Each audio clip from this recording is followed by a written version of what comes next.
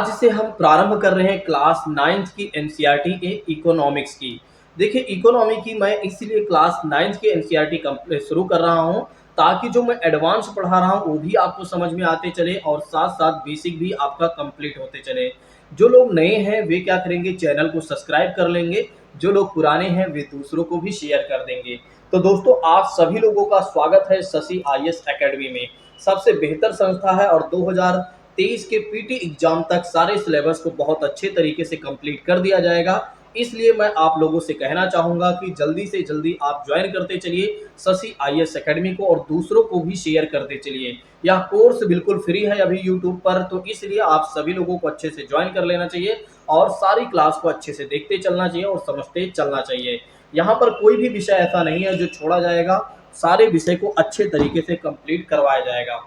तो आइए समझते हैं। अब बिना किसी और बात की चर्चा करते हुए सीधा आते हैं आज के अपने टॉपिक पर।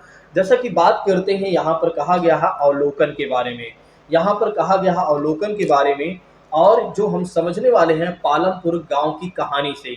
हम पालमपुर गांव की कहानी से सारी बातें समझने वाले हैं। थोड़ा से इत्मीनान से समझिएगा, अगर कोई बातें ना समझ में आए तो उसको नोट डाउन कर लीजिएगा और बाद में उसे हमसे पूछ लीजिएगा।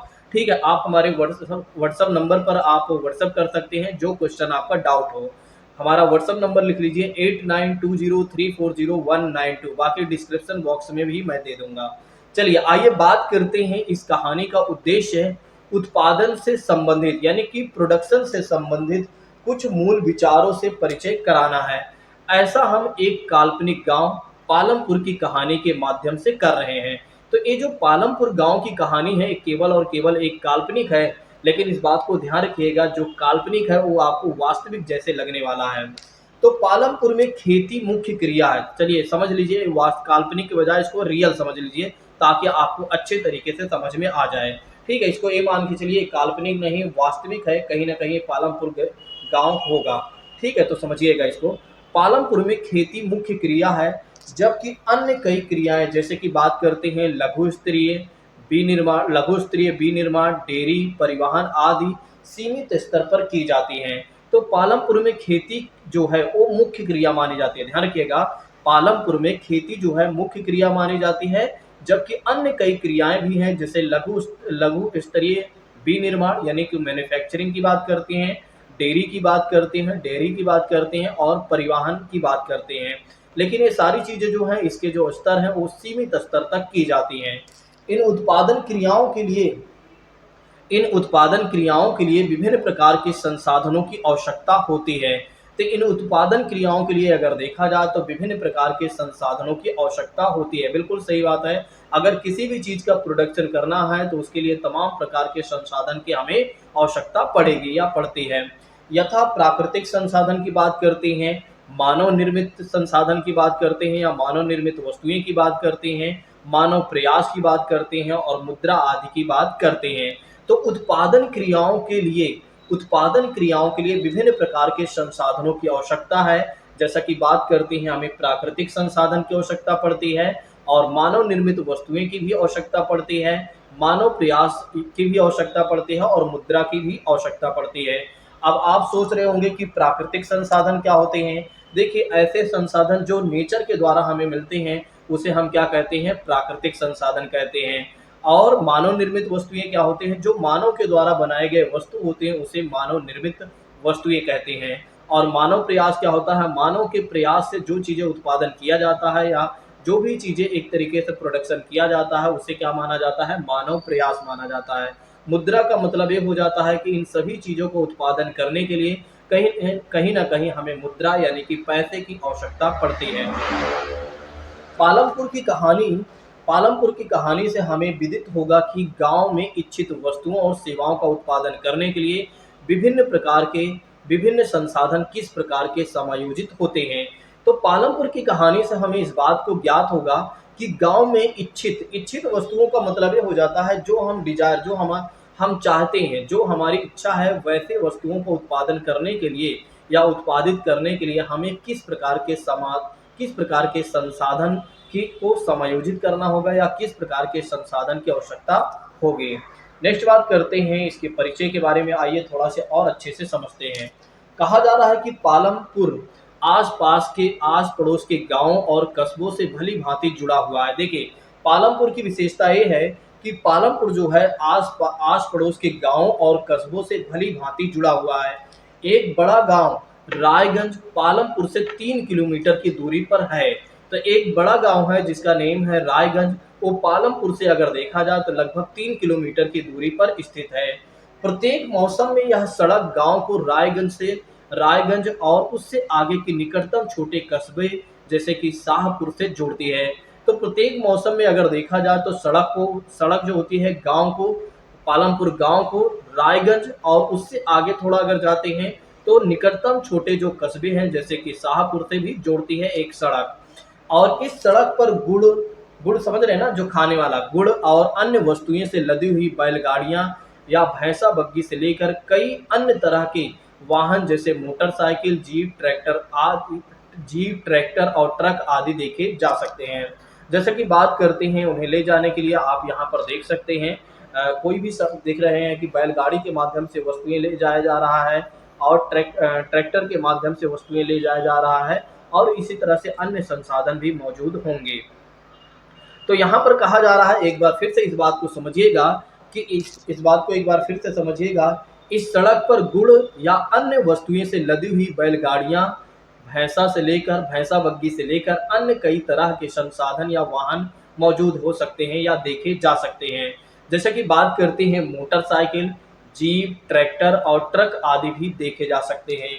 इस गांव में विभिन्न जातियों के लोग लगभग 400 परिवार रहते हैं, 450 परिवार रहते हैं। तो इस गांव में विभिन्न जातियों के लगभग 450 परिवार रहते हैं। कहाँ? पालमपुर में। गांव में अधिकांश भूमि के स्वामी उच्च जाति के हैं। ध्यान रखिएगा, गांव में अधिकांश भूमि के जो स्वामी हैं वो उच्च जाति के हैं।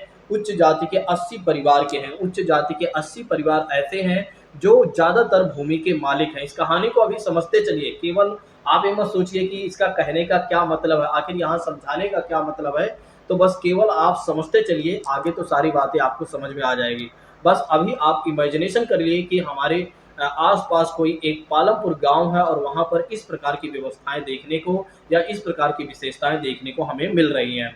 नेक्स्ट बात करते हैं उनके मकान, जिसमें कुछ बहुत बड़े उनके मकान जो हैं जिनमें से कुछ बहुत बड़े हैं और ईंट और सीमेंट के भी बने हुए हैं। तो जो 80 परिवार हैं जिनके पास अधिकांश भूमियाँ कह सकते हैं और साथ ही साथ वे अधिकांश भूमियों के मालिक हैं, ठीक है? तो उनके मकान जो हैं कुछ बड़े भी हैं और जो कि ईंट और सीमेंट के बने हुए हैं। तो ध्यान रखिएगा, 80 जो परिवार है जिनके पास अधिकांश भूमियाँ हैं वे उच्च जाति के हैं और उनके जो मकान हैं थोड़ा से बड़े हैं और ईंट और सीमेंट के बने हुए हैं। अनुसूचित जाति, जिसे दलित के नाम से जाना जाता है, तो अनुसूचित जाति के लोगों की संख्या गांव की कुल जनसंख्या के 1/3 है। तो ध्यान रखिएगा, अनुसूचित जाति यानी कि एससी की बात करते हैं तो लोगों की संख्या गांव की कुल जनसंख्या के कितने तिहाई है? 1/3। ध्यान रखिएगा इस बात को, कितने तिहाई है? तो 1/3। सॉरी दोस्तों, ये थोड़ा से ज़्यादा हो गया, 1 मिनट दूसरे पे ले लेता हूँ। तो 1/3 इस बात को ध्यान रखिएगा। उस गांव में एससी वर्ग के लोग जो हैं 1/3 हैं। वे गांव के एक कोने में छोटे घरों में रहते हैं। तो इस बात को भी ध्यान रखिएगा कि जो एससी वर्ग के लोग हैं वे क्या होते हैं कि गांव में कोने काफ़ी छोटे घरों में रहते हैं, जिनमें से कुछ मिट्टी और फूस के बने होते हैं। जो उनके घर बने हैं मिट्टियाँ और फूस वगैरह घास फूस से बने हुए हैं। अधिकांश के घरों में बिजली है, अधिकांश घरों में देखा जाए तो बिजली है और खेतों में सभी नलकूप से ही बिजली चलते हैं। तो खेतों में अगर देखा जाए तो नलकूप जो होते हैं बिजली से ही चलते हैं और इसका उपयोग विभिन्न प्रकार के छोटे कार्यों के लिए भी किया जाता है। तो ध्यान रखिएगा, इसका उपयोग जो किया जाता है विभिन्न प्रकार के छोटे कार्यों के लिए भी किया जाता है। पालमपुर में 2 प्राथमिक विद्यालय और एक हाई स्कूल भी है। तो इस बात को भी ध्यान रखिएगा कि पालमपुर में 2 प्राथमिक विद्यालय और एक हाई स्कूल भी मौजूद है। गांव में एक राजकीय प्राथमिक स्वास्थ्य केंद्र भी है और एक निजी औषधालय यानी कि मेडिसिन वाली दवाइयाँ भी हैं, जहाँ पर क्या होता है रोगियों का उपचार किया जाता है। ठीक है, तो जहाँ पर क्या होता है रोगियों को उपचार किया जाता है। तो ये है पालमपुर की विशेषता के बारे में, थोड़ा से ध्यान रखिएगा ऐसी विशेषताएं। ठीक है, कई बार क्या होता है आंसर राइटिंग में भी हमें इन सब चीज़ों के बारे में लिखना पड़ जाता है, ठीक है। तो कुछ ऐसे क्वेश्चन आ जाते हैं और जिसका उदाहरण देने में हमें आसानी हो जाती है पालमपुर जैसे गांव की कहानी को लेकर। तो पालमपुर में सड़कों, परिवहन के साधनों, देखिए यहाँ पर कहा जा रहा है उपरोक्त विवरण से स्पष्ट है कि पालमपुर में सड़कों, परिवहन के साधनों, बिजली, सिंचाई, विद्यालय, स्वास्थ्य केंद्रों का पर्याप्त विकसित तंत्र है। मतलब एक गांव में जितनी आवश्यकताएं, मूलभूत आवश्यकताएं चाहिए, वे सारी आवश्यकताएं यहाँ पर मौजूद हैं। कहाँ पर? पालमपुर में। जैसे सड़क की, एक गांव में भाई सड़क का होना जरूरी है, परिवहन व संसाधनों का या साधनों का होना जरूरी है, बिजली का होना जरूरी है, विद्यालयों का होना चाहिए, स्वास्थ्य केंद्रों का होना चाहिए। तो ये सारी चीजें पालमपुर के में आपको देखने को मिल रहे हैं। इन सुविधाओं की तुलना अपने निकट के गांव में उपलब्ध सुविधाओं से कीजिए। अब यहाँ पर एनसीईआरटी ये कह रही है कि जिस तरह से पालमपुर में व्यवस्थाएं हैं, उस तरह से अगर आप चाहें तो अपने नज़दीकी गांव वगैरह से आप अपनी इस तुलना कर सकते हैं, क्या वहां पर इस तरह की चीज़ें मौजूद हैं या नहीं। नेक्स्ट बात करते हैं, फिर कहा जा रहा है एक काल्पनिक गांव पालमपुर की कहानी हमें किसी भी गांव में विभिन्न प्रकार की उत्पादन संबंधी गतिविधियों के बारे में बताएगी। तो एक पालमपुर के एक जो काल्पनिक गांव है, पालमपुर की कहानी जो है हमें किसी भी गांव में विभिन्न प्रकार के उत्पादन संबंधी गतिविधियों के बारे में बता देगी। अगर आपको पालमपुर की कहानी समझ में आ गई है तो आप किसी दूसरे गांव की भी जानकारी आप इसी के आधार पर ले सकते हैं और समझ सकते हैं कि क्या वहां पर इस तरह की चीजें मौजूद हैं या नहीं, और कौन सी चीजें मौजूद हैं, कौन सी चीजें मौजूद नहीं हैं। अब फिर से कहा जा रहा है यहाँ पर कि भारत के गांव में खेती उत्पादन की प्रमुख गतिविधि है।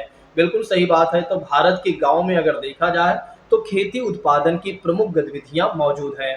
तो खेती से ही ज़्यादातर काम होता है गांव में। भारत के गांव में अगर देखा जाए तो सबसे ज़्यादा जो उत्पादन होता है वो खेती से होता है। अन्य उत्पादन गतिविधियां में जिन्हें क्या कहा जाता है? गैर कृषि क्रियाएं कहा जाता है। ध्यान रखिएगा, कृषि क्रियाएं किसे कहा जाता है? जिसमें क्या होता है, कृषि से संबंधित सारे काम होते हैं, ठीक है। जैसे प्राथमिक प्राथमिक सेक्टर की बात करते हैं, प्राइमरी सेक्टर की बात करते हैं, तो वो आपकी क्या हो जाती हैं? कृषि से संबंधित, यानी कि उसे क्या कहा जाता है? कृषि क्रियाएं कहा जाता है। और गैर कृषि क्रियाएं किसे कहा जाता है? जैसे लघु विनिर्माण, परिवहन, दुकानदारी आदि हो जो होता है। लघु विनिर्माण का मतलब जैसे छोटे मोटे मैन्युफैक्चरिंग किया जाता है। मैन्युफैक्चरिंग का मतलब कह सकते हैं जैसे कि बिस्किट बनाना। तो क्या हुआ, गेहूं से हम क्या करते हैं? आटा बनाते हैं और आटे वगैरह का इस्तेमाल करके हम क्या करते हैं? बिस्किट बनाते हैं। तो ये क्या हुआ? लघु विनिर्माण हो गया, यानी कि छोटा विनिर्माण, एक मैन्युफैक्चर हो गया। एक गैर कृषि में आएगा। ध्यान ध्यान रखिएगा, अगर आपसे कोई कहता है कि गैर कृषि वाली चीजें क्या हैं, तो जो कृषि से संबंधित नहीं होंगी उन्हें आप क्या कहेंगे? गैर कृषि वाली क्रियाएं कहेंगे। जैसे कि लघु विनिर्माण की बात करते हैं, परिवहन यानी जैसे मोटर गाड़ी हो गया, ठीक है, ट्रैक्टर वगैरह, ट्रक, जीप, ये सब आपके किस में आ जाएंगे? गैर कृषि में आ जाएंगे। दुकानदारी की बात करते हैं तो जैसे किराना वगैरह की दुकान है या अन्य प्रकार की जो प्रोडक्शन वाली कंपनियां हैं, वे भी किस में आ जाएंगी? गैर कृषि में आ जाएंगी। इस बात को ध्यान रखिएगा। अगर आपसे कोई कहता है कि कृषि वाला क्षेत्र क्या होता है और गैर कृषि वाला क्षेत्र क्या होता है, या कृषि की क्रियाएं कौन सी होती हैं और गैर कृषि की क्रियाएं कौन सी होती है, तो आप बता दीजिएगा कि कृषि वाले कार्य उन्हें कहा जाता है जिसमें चावल, गेहूं, आलू, टमाटर, तमाम तरह की सब्जियां या तमाम तरह के जो फसलों का उत्पादन किया जाता है, जो नेचर से हमें प्राप्त होता है, उसे हम कृषि वाली क्रियाएं कहेंगे या कहते हैं। और गैर कृषि वाली क्रियाएं हम उसे कहते हैं जो क्या होता है कि प्राथमिक सेक्टर से ही कुछ चीज़ें रॉ मटेरियल ले ली जाती हैं और उसके माध्यम से क्या होता है, उसका क्या किया जाता है? एक तरीके से मैन्युफैक्चर किया जाता है, यानी कि विनिर्माण किया जाता है। जैसे कि दूध से अगर देखा जाए तो मिठाइयों का बनाना बनाना वो किस में आ जाएगा? गैर कृषि क्षेत्र में आ जाएगा। फिर अगर देखा जाए गैर कृषि क्रियाओं में आ जाएगा परिवहन, यानी ट्रैक्टर वगैरह का बनाना है, या ट्रैक्टर वगैरह की बात करते हैं, ट्रक की बात करते हैं, तो भी गैर कृषि में आ जाएगा।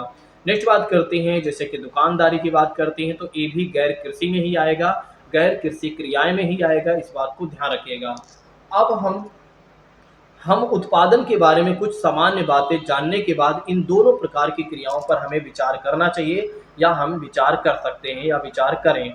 अब आइए बात करते हैं उत्पादन का संगठन। तो आप एक बार इस पर विचार कीजिएगा कि कृषि क्रियाएं क्या होती हैं और गैर कृषि क्रियाएं क्या होती हैं। एक बार आप जरूर इस पर विचार कीजिएगा। वैसे हमने आपको समझा दिया है कि कृषि क्रियाएं क्या होती हैं और गैर कृषि क्रियाएं क्या होती हैं, और एक गांव की विशेषता क्या होती है जिसमें सड़क, परिवहन के साधनों, बिजली, सिंचाई, विद्यालय, स्वास्थ्य केंद्रों के पर्याप्त चीज़ें मौजूद होना चाहिए, वो एक गाँव अच्छा गाँव माना जाएगा। जैसा कि हमने आपको कहानी में बताया, पालमपुर की कहानी के बारे में हमने आपको समझाने का प्रयास किया है। अब आइए बात करते हैं उत्पादन का संगठन के बारे में। अब आइए बात करते हैं यानी कि प्रोडक्शन के संगठन के बारे में। उत्पादन का उद्देश्य क्या होता है? ध्यान रखिएगा, उत्पादन का उद्देश्य क्या होता है? एक उत्पादन का उद्देश्य ऐसी वस्तुएं और सेवाएं से उत्पादित करना है जिनकी आवश्यकता हमें होती है।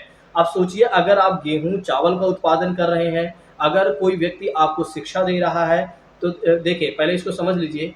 जैसे वस्तुओं को उत्पादन मतलब क्या होता है, जैसे हम क्या होता है कृषि वगैरह करते हैं, गेहूँ चावल का उत्पादन करते हैं, बिस्किट वगैरह बनाते हैं, नूडल्स वगैरह बनाते हैं, मतलब कंपनियां बनाती हैं और हम सभी लोग तो उसमें जुड़े होते हैं। सेवाएं का मतलब ये हो जाता है, जैसे क्या होता है बैंक आपको सेवाएं देती हैं, और जैसे कि मैं आपको पढ़ा रहा हूँ तो मैं आपको सेवाएं दे रहा हूँ, तो उसे सेवाएं कहा जाता है। तो कहा जा रहा है उत्पादन का उद्देश्य ऐसा होता है, ऐसी वस्तुएं या और सेवाओं से उत्पादित करना होता है जिनकी हमें आवश्यकता पड़ती है। तो आप सोचिए एक तरीके से कि भाई गेहूँ चावल का उत्पादन किस लिए किया जाता है? ताकि हमारी आवश्यकताएं पूरी हो सके। एक व्यक्ति टीचर क्यों बन जाता है? क्यों आपको सेवाएं देता है? ताकि आपकी आवश्यकताएं पूरी हो जाएं। बैंक में आप क्यों जाते हैं? बैंक आपको सेवाएं देते हैं, तो इससे क्या होता है कि आपकी आवश्यकताएं पूरी होती हैं। अगर बैंक एक मान लीजिए एक बैंक है वो जो केवल दिल्ली में काम कर रही है, तो फिर वहां पर आपका काम नहीं होगा। तो एक तरीके से क्या होगा कि आपकी तमाम तरह के बैंक ब्रांचेस खोले जाते हैं, तो कहीं ना कहीं यहाँ पर भी सेवाओं का उत्पादन हो रहा है। ठीक है, तो इससे क्या हो रहा है कि आपकी आवश्यकताएं पूरी हो रही हैं। वस्तुओं और सेवाओं के उत्पादन के लिए चार चीजें आवश्यक है, ध्यान ध्यान रखिएगा। आपसे अगर कोई पूछता है कि अगर हमें वस्तुओं और सेवाओं का उत्पादन करना है तो उसके लिए कितनी चीज़ों की आवश्यकता होगी, तो वस्तुओं और सेवाओं के उत्पादन के लिए लगभग अगर देखा जाए तो चार चीज़ें हमें आवश्यकता पड़ेगी। जैसे कि बात करते हैं, पहली आवश्यकता होगी भूमि की होगी तथा अन्य प्राकृतिक संसाधन जैसे जल और खनिज। देखिए जैसे कि बात करते हैं, यहाँ कहने का मतलब ये है कि आप चाहते हैं कि कोई कपड़ा की कंपनी खोल दिया जाए, यानी कि कोई कपड़ा मिल खोल दिया जाए। ठीक है, कोई मिल खोल दिया जाए, तो मिल खोलने के लिए आपको क्या चाहिए? एक भूमि की आवश्यकता पड़ेगी, यानी कि आपके पास एक भूमि होना चाहिए। तो उत्पादन के लिए क्या है, यानी कि आप कपड़े का उत्पादन करना चाहते हैं या कपड़ा बनाना चाहते हैं, तो उसके लिए आपको भूमि की आवश्यकता पड़ेगी। इसीलिए कहा जा रहा है कि वस्तुओं और सेवाओं के उत्पादन में लगभग अगर देखा जाए तो चार चीजें की आवश्यकता पड़ती हैं, जिसमें अगर देखा जाए तो पहली आवश्यकता है भूमि, और अन्य प्राकृतिक संसाधन जैसे कि जल, वन, खनिज की बात करते हैं, तो इनकी भी हमें आवश्यकता पड़ती है। नेक्स्ट बात करते हैं, दूसरी आवश्यकता की बात करते हैं, तो श्रम अर्थात जो लोग काम करेंगे। अब जैसे आपको कपड़े का उत्पादन करना है या कपड़े बनाना है या कपड़े की मील खोलना है, तो स्वयं तो आप काम करेंगे नहीं, उसमें क्या करेंगे? लेबर वगैरह को लगाएंगे। तो वस्तुओं और सेवाओं के उत्पादन में दूसरी बातें ध्यान रखिएगा, भूमि के साथ साथ हमें श्रम यानी कि लोगों को भी हमें लगाना पड़ेगा काम में। कुछ उत्पादन क्रियाओं में जरूरी कार्यों को करने के लिए बहुत पढ़े लिखे लोग यानी कर्मियों की भी जरूरत होती है। तो कुछ ऐसे भी उत्पादन क्रियाएं होती हैं जो जरूरी होती हैं, और जिनमें क्या होता है हमें पढ़े लिखे लोग, जैसे कि आप देखते हैं एमबीए, बीटेक और तमाम तरह के जो ग्रेजुएट होते हैं, इन तरह के जो पढ़े लिखे लोग होते हैं उनको भी लगाना पड़ जाता है। दूसरी क्रियाओं के लिए शारीरिक कार्य करने वाले श्रमिकों की भी जरूरत पड़ती है। एक तरफ देखा जाए तो एक तरीके से क्या होता है, जो पढ़े लिखे लोग होते हैं उनकी भी आवश्यकता पड़ती है, और जो शारीरिक रूप से शारीरिक कार्य कर सकते हैं ऐसे भी श्रमिकों की हमें आवश्यकता पड़ती है। और किस लिए पड़ती है? क्योंकि वस्तुओं और सेवाओं का उत्पादन हमें करना है। तो प्रत्येक श्रमिक उत्पादन के लिए आवश्यक जो होता है श्रम प्रदान करता है। तो हर श्रमिक क्या करता है? उत्पादन के लिए आवश्यक श्रम प्रदान करता है। सोचिए कि एक लेबर क्या करता है भाई, किसी चीज का उत्पादन करने के लिए वो अपना श्रम, अपनी मेहनत क्या करता है? प्रदान करता है। तो ध्यान रखिएगा, वस्तुओं और सेवाओं के उत्पादन के लिए हमें चार चीजों की आवश्यकता पड़ेगी, और जिसमें अभी तक हमने दो चीजों के बारे में समझ लिया है। एक तो पहली चीज के बारे में हमने आपको बताया, भूमि की आवश्यकता होगी। अगर कहीं पर कंपनी खोलना है तो उसके लिए हमें भूमि चाहिए, लैंड चाहिए, और जल, खनिज, वन ये सब भी हमें चाहिए हो सकता है। ठीक है, और दूसरी बात हमने आपको बताया श्रम की आवश्यकता पड़ेगी। और तीसरी आवश्यकता की बात करते हैं, भौतिक पूंजी की बात करते हैं। भौतिक पूंजी का मतलब ये हो जाता है कि उत्पादन के प्रत्येक स्तर पर अपेक्षित कई तरह से आगत लगती हैं। क्या आप जानते हैं कि भौतिक पूंजी के अंतर्गत कौन कौन सी मदें आती हैं? तो इसको समझिएगा कि भौतिक पूंजी में कौन-कौन सी चीज़ें आती हैं, यानी कि फिजिकल कैपिटल में कौन-कौन सी चीज़ें आती हैं, आइए समझते हैं। देखिए, अगर हमें एक तरीके से वस्तुओं और सेवाओं का उत्पादन करना है, तो उसके लिए हमें औज़ारों की भी आवश्यकता पड़ेगी, उसके लिए हमें मशीनों की भी आवश्यकता पड़ेगी और उसके लिए भवन की भी आवश्यकता पड़ेगी। कहा जा रहा है कि औज़ारों तथा मशीनों में अत्यंत साधारण औज़ार जैसे कि किसान के हल से लेकर परिष्कृत मशीनों जैसे कि किसान के हल से लेकर जो मैन्युफैक्चरिंग वाली जो मशीनें हैं, उसकी भी आवश्यकता पड़ती है। जैसे कि बात करते हैं जनरेटर, भाई अगर हमें मशीन चलाना है तो उसके लिए हमें लाइट चाहिए और लाइट अगर एक तरीके से नहीं मिल पा रही है तो उसके लिए हमें जनरेटर की आवश्यकता पड़ेगी, टरबाइन की आवश्यकता पड़ सकती है, कंप्यूटर की भी आवश्यकता पड़ सकती है। औजारों, मशीनों, भवनों का उत्पादन में कई वर्षों तक प्रयोग होता है, इसलिए इन्हें क्या कहा जाता है? स्थायी पूंजी कहा जाता है। तो ध्यान रखिएगा, अगर आपसे कोई कहता है कि स्थायी पूंजी किसे कहा जाता है, तो जैसे कि औजारों की बात करते हैं, एक बार जो आपने खरीद लिया, सोचिए एक बार आपने जो कुल्हाड़ी, फावड़ा और एक तरीके हल वगैरह आपने खरीद लिया, तो काफ़ी समय तक वो आप तक आपके पास रहता है, तो ये क्या है? स्थायी पूंजी है। फिर मशीनों की बात करते हैं, आपने कपड़ा बनाने वाली कोई मशीन वगैरह खरीद लिया, तो ये क्या है? वो काफ़ी समय तक चलती है, इसलिए वो क्या है? स्थायी पूंजी है। फिर बात करते हैं, भवनों की बात करते हैं, तो कंपनी खोलने के लिए आपने भवन बना लिया, यानी घर बना दिया, एक तरीके से एक बिल्डिंग बना दिया, तैयार कर दिया, तो वो क्या है? आपकी कई वर्षों तक चलती है, तो वो आपकी किस में आ जाएँगे? स्थायी पूंजी में आ जाएँगे। तो ध्यान रखिएगा, स्थायी पूंजी में कौन-कौन सी चीज़ें शामिल होती हैं, जो कई वर्षों तक जिनका उपयोग कई वर्षों तक होता रहता है या जिनका प्रयोग कई वर्षों तक होता रहता है, उन्हें क्या कहा जाता है? स्थायी पूंजी कहा जाता है। जिसके अंतर्गत हमने औज़ारों को बता दिया, मशीनों को बता दिया और भवनों के बारे में हमने आपको बता दिया। अब आइए बात करते हैं नेक्स्ट चीज़ों के बारे में क्या कहा जा रहा है। कहा जा रहा है कच्चे माल और नकद मुद्रा की भी आवश्यकता पड़ती है। तो भौतिक पूंजी में अगर देखा जाए तो हमें कच्चे माल यानी कि रॉ मटेरियल और नकद मुद्रा यानी कि जो एक तरीके से कैश में हमारे पास मुद्रा होनी चाहिए, पैसा होना चाहिए। उत्पादन में कई प्रकार की कच्चे माल की आवश्यकता होती है, जैसे बुनकर द्वारा प्रयोग किया जाने वाला सूत, मतलब जो बुनाई करने वाला व्यक्ति होता है उसे सूत की आवश्यकता पड़ती है। ये क्या है? एक तरीके से रॉ मटेरियल है। देखिए, अगर आपको कपड़ा बनाना है, मेरे समक्ष जैसे मैं कपड़ा पहना हूँ, इस कपड़े को बनाने के लिए सूत की आवश्यकता पड़ेगी, तो वो क्या हो गया? वो कच्चा माल हो गया। सूत क्या है? कच्चा माल, और सूत से ही कपड़ों का निर्माण किया जाता है। ठीक है? तो वो आपके ध्यान रखिएगा कच्चा माल में आएगा, तो इसकी भी उत्पादन में आवश्यकता पड़ती है।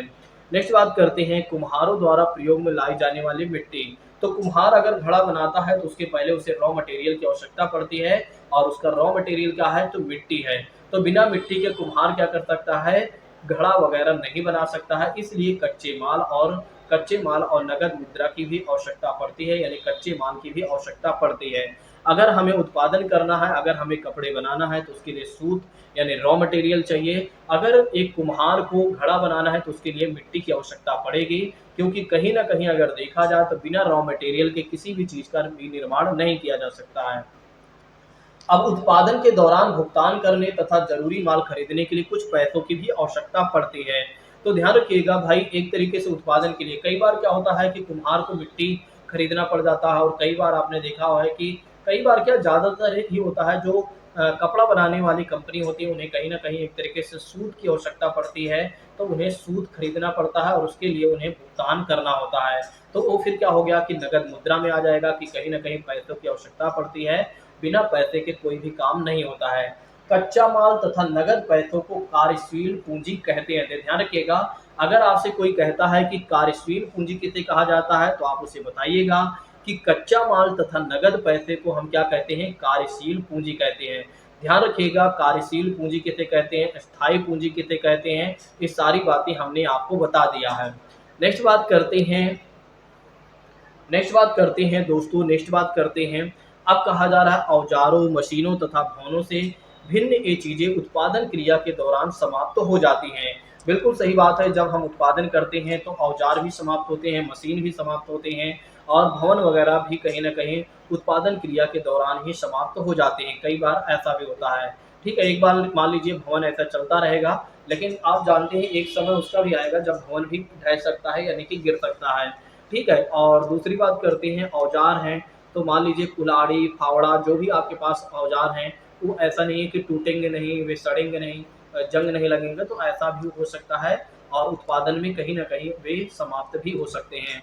जो मशीनें आपने लगाई हैं, ऐसा नहीं है वो जीवन भर चलने वाली हैं, कहीं न कहीं मशीनें भी टूटती-फूटती रहती हैं।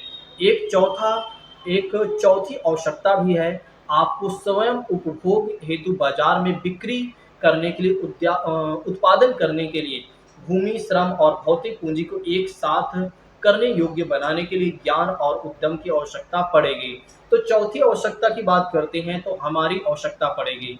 अब हमारी आवश्यकता का मतलब ये हो जाता है मानव पूँजी की बात करते हैं, ठीक है? तो जैसे भाई एक तरीके से अगर हमें बेचना है, मान लीजिए हमें उत्पादन कर देखिए, अगर एक तरीके से क्या है, किसी चीज़ का उत्पादन करना है तो भूमि हो गई, श्रम हो गया और पूँजी हो गई, तीनों चीज़ें तो हो गई यहाँ पर। लेकिन भाई जो उत्पादन किया गया है उसको बेचना भी तो है, उसको बेचना भी है, उसको खरीदना, उसमें खरीदना भी, बेचना भी, तमाम तरह की चीज़ें की आवश्यकता पड़ती हैं।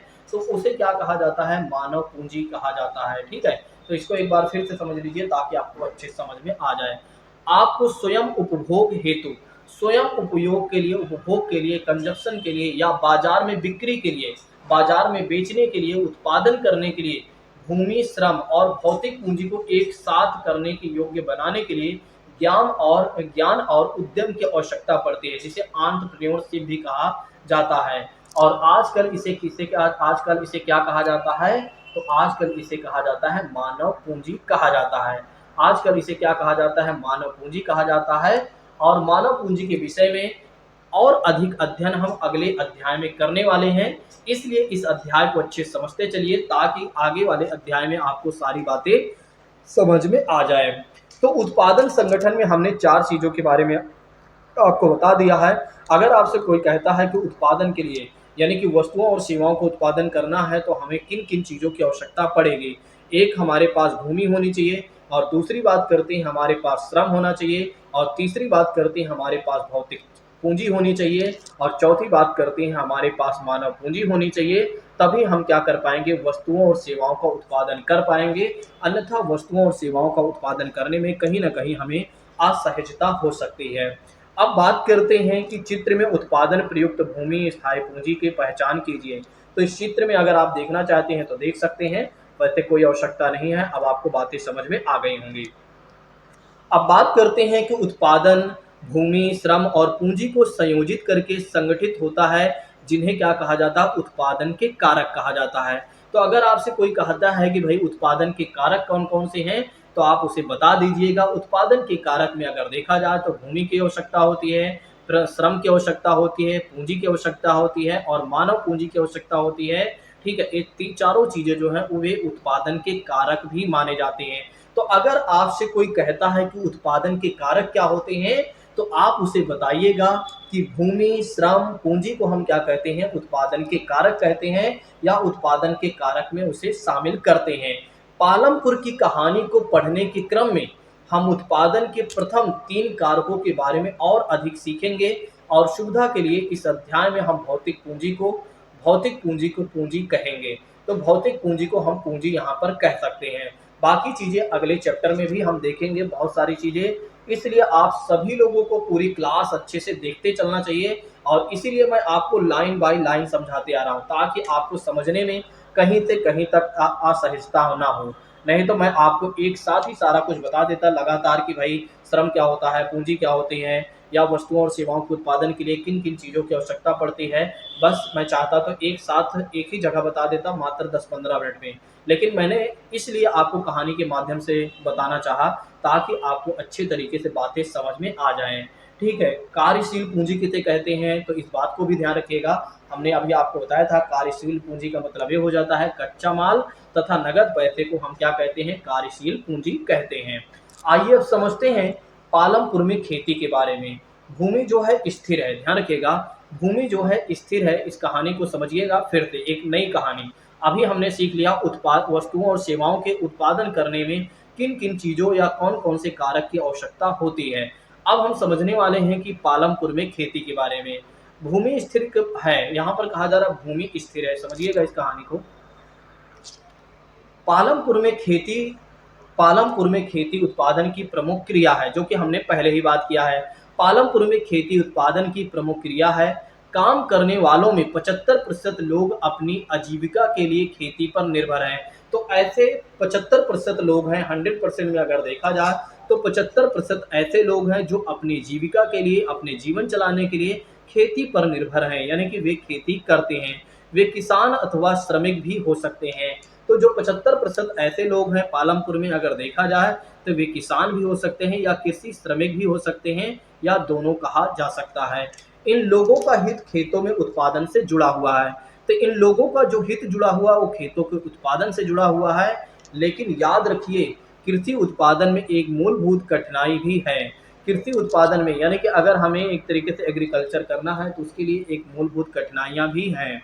खेती में प्रयुक्त भूमि क्षेत्र वस्तुतः स्थिर होता है। तो खेती में जो प्रयोग की जाने वाली जो भूमि होती है, जितना मतलब आप जैसे मान लीजिए इतना खेत है तो इतना खेत आपका क्या होगा, स्थिर ही रहेगा। ऐसा नहीं कि खेत बढ़ जाएगा, खेत का दायरा बढ़ेगा नहीं, ठीक है, जितना है उतना ही रहेगा। अब कहा जा रहा है कि पालमपुर में 1960 से आज तक जुताई के अंतर्गत भूमि क्षेत्र में कोई विस्तार नहीं हुआ है।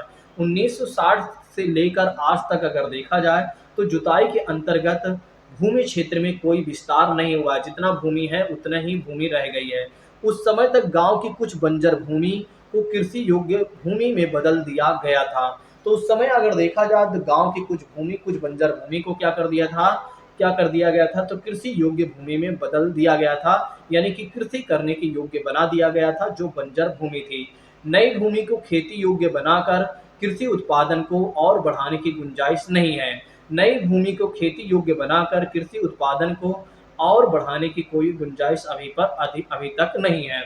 भूमि मापने के लिए ध्यान रखिएगा इस कहानी को, इस पॉइंट को ध्यान रखिएगा। भूमि मापने की मानक इकाई हेक्टेयर है। तो ध्यान रखिएगा, अगर आपसे कोई कहता है कि भूमि को मापन कैसे किया जाता है तो इकाई हेक्टेयर में मापन किया जाता है, इस बात को ध्यान रखिएगा। यद्यपि गांव में भूमि का माप जो होता है बीघा, कुंठा आदि जैसे क्षेत्रीय इकाइयों में भी किया जाता है। तो गांव में अगर देखा जाए तो भूमि का माप यानी कि भूमि का जो मेजरमेंट किया जाता है वो बीघे के हिसाब से, कुंठा के हिसाब से, तमाम प्रकार की क्षेत्रीय इकाइयाँ होती हैं जिसके माध्यम से किया जाता है। कुल मिलाकर लोगों को समझना है कि उनकी किसकी कितनी भूमि है।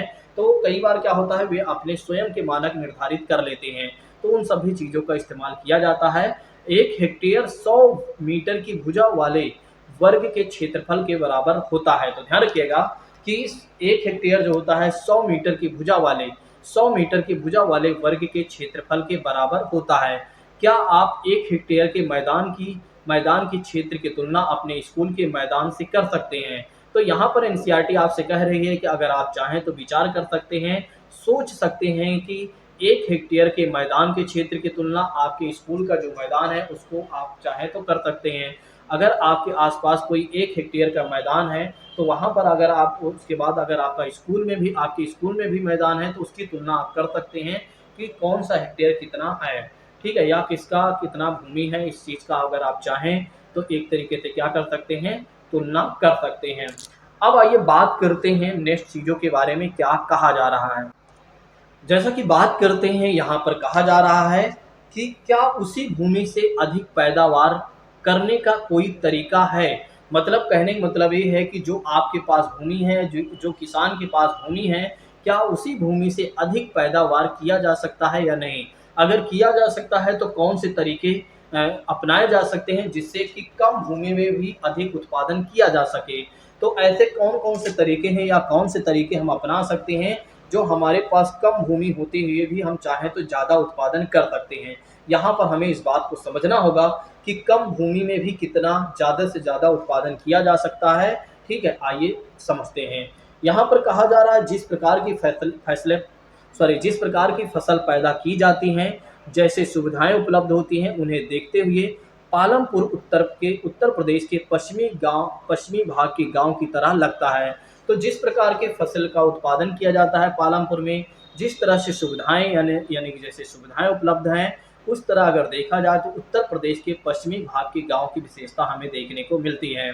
पालमपुर में समस्त भूमि पर खेती की जाती है। तो ध्यान रखिएगा, पालमपुर में अगर देखा जाए तो लगभग समस्त खेती पर भूमि की जाती है, कोई भूमि बेकार नहीं छोड़ी जाती है। पालमपुर की विशेषता ये है कि कोई भी भूमि बेकार नहीं छोड़ी जाती है और बरसात के मौसम में खरीफ अ, यानी कि किसान क्या करते हैं, ज्वार और बाजरा उगा देते हैं। यानी कि बरसात का जब मौसम आता है तो किसान क्या करते हैं कि एक तरीके से खरीफ की फसल लगा देते हैं, यानी कि ज्वार और बाजरा उगाते हैं। इन पौधों को पशुओं के चारे के लिए भी प्रयोग में लाया जाता है। तो इन पौधों को पशुओं के चारों के प्रयोग में भी लाया जाता है, और इसके बाद अक्टूबर और सितंबर के बीच आलू की भी खेती की जाती है। तो इसके बाद अगर देखा जाए तो फिर क्या होता है दोस्तों, 1 मिनट।